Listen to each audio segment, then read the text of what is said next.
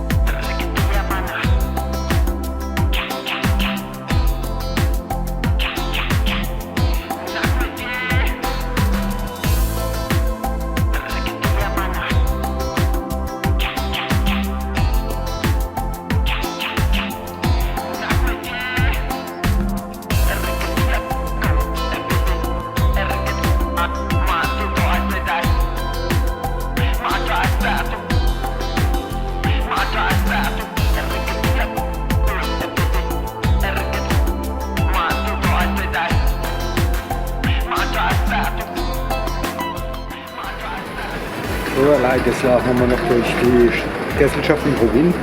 Das ist eine kleine Stadt in Kroatien. Und ja, guten Tag, ja. Ciao.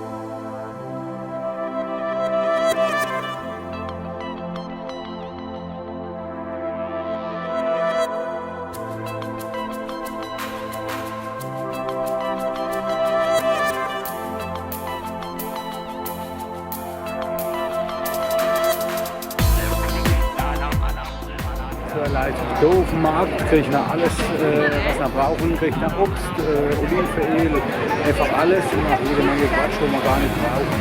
Aber da rennt jetzt das alles mal herzugehen.